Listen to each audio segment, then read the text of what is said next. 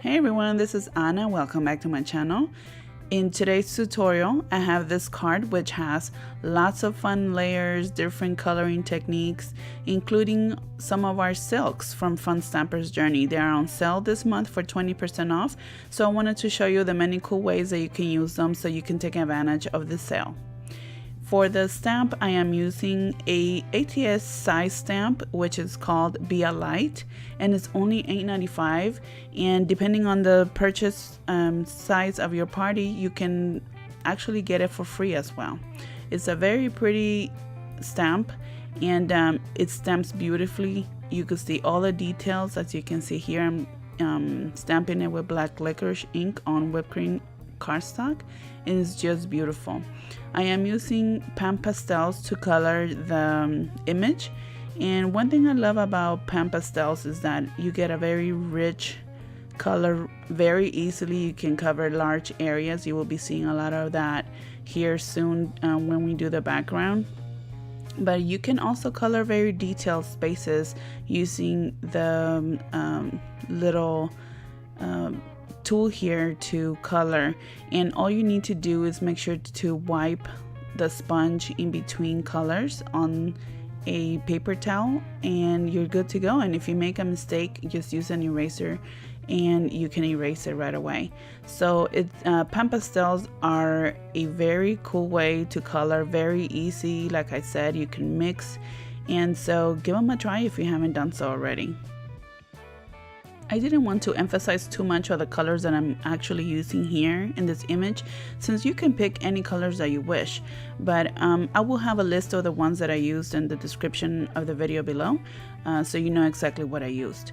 I am using our Journey Glaze, which I put into this little container here. It's just easier for me to use, but this is my favorite embellishment or adhesive that we have at Fun Stamper's Journey.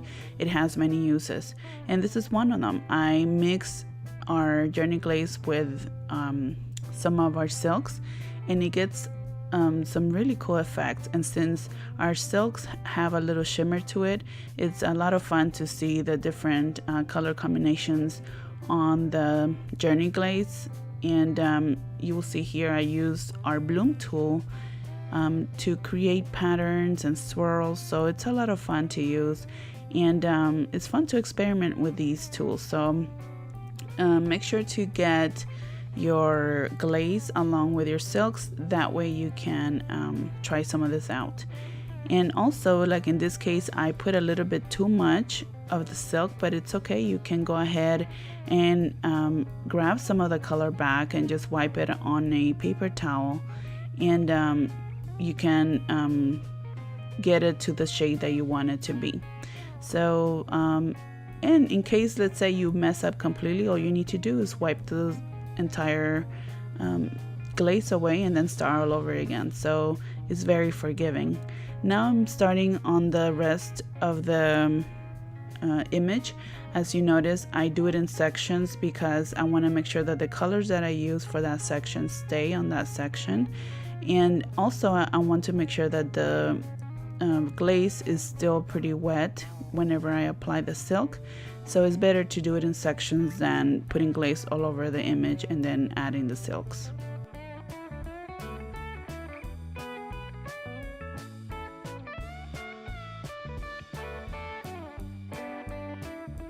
Now once you're done applying all the glaze and the silks, make sure to leave it aside for about 10 to 15 minutes before you handle it to make sure that it's completely dry.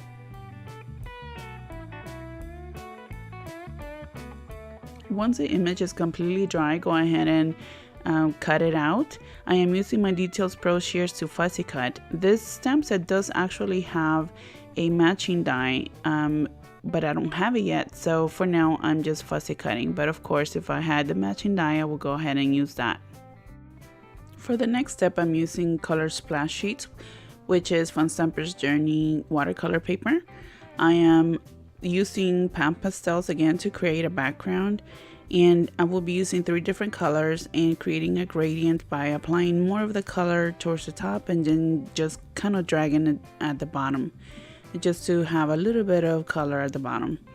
And I make sure that all the colors are blended together, and then use a moist baby wipe, just kind of create the streaks, and make sure to go just up and down for this particular effect.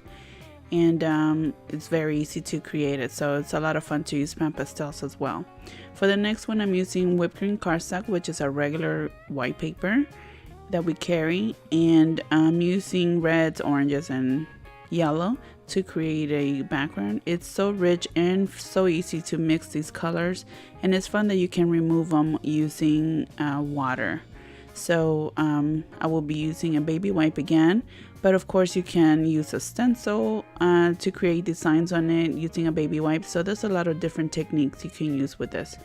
I use the baby wipe all over the place, kind of tap it and drag it around just to create a very rich texture, and this will be the background for my card.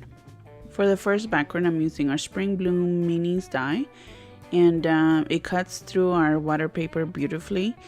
And I wanted to use watercolor paper because it's a little bit thicker to withstand the different things that I will be doing to it. For example, here I am using the back of our paintbrush to create some dimension to the flowers.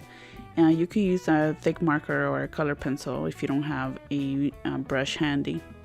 Now I'm using some of our silks directly on the paper to do the little center of the flowers, and I will be doing it to the stamped image as well.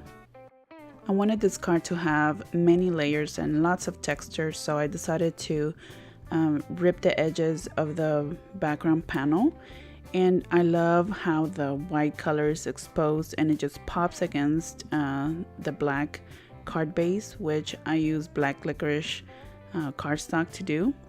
And now I will adhere this panel using our medium foam squares, and this creates even another dimension, another layer on our card. I just think the combination of all these colors looks amazing. It looks really good in person, but I think you could get a feel here in the video and in the photographs. I use our glaze and also some of the small foam squares to adhere the little flowers. I did some straight to the background, and then I went back on the spaces that were left, and I used the foam squares to create even another layer, and it gave it a very cool and nice effect to have the different dimensions on the flowers as well. This card I am making for a friend of mine. I won't say her name because she hasn't received it yet, but it's a very special card to celebrate a great accomplishment of hers. So I will be mailing this card, and I will be shipping it in a bubble envelope and sending it as a package. That way it won't run through any machines because it's really thick, and I didn't want it to get crushed sending it via regular mail. So that's another option if you have a very tall layered card that you want to ship. I am using more of our silks. This one is sparkle silk, which is my favorite silk, and it looks really cool against dark backgrounds and also light backgrounds, so it's a must-have. And I added some of the glaze directly on the paper, made little circles. I love it that you can design different sizes and shapes, and then just add a little bit of the silk directly to the little drops, so it creates a very nice effect. And once again, you just let it dry maybe about 10 minutes, and then your card is ready. I hope you enjoyed the tutorial and that you give it a try. And make sure to go and get your silks. Remember, they're on sale through the month of April. You get 20% off. And if you want to learn how to get an extra 20% off on top of that, go to my website, funstampersjourney.com/Ana Reese, and click on Join My Team. 20% off is just one of the perks that we get as being a Fun Stampers Journey coach. Next time you're on Facebook, come and visit my page. There you will find more information on products and events. If you like this video, I would appreciate a thumbs up, and don't forget to subscribe to my channel. Thank you so very much for watching. If you have any questions, please feel free to leave a comment below or send me an email. Take care of yourselves, and I hope to see you next time.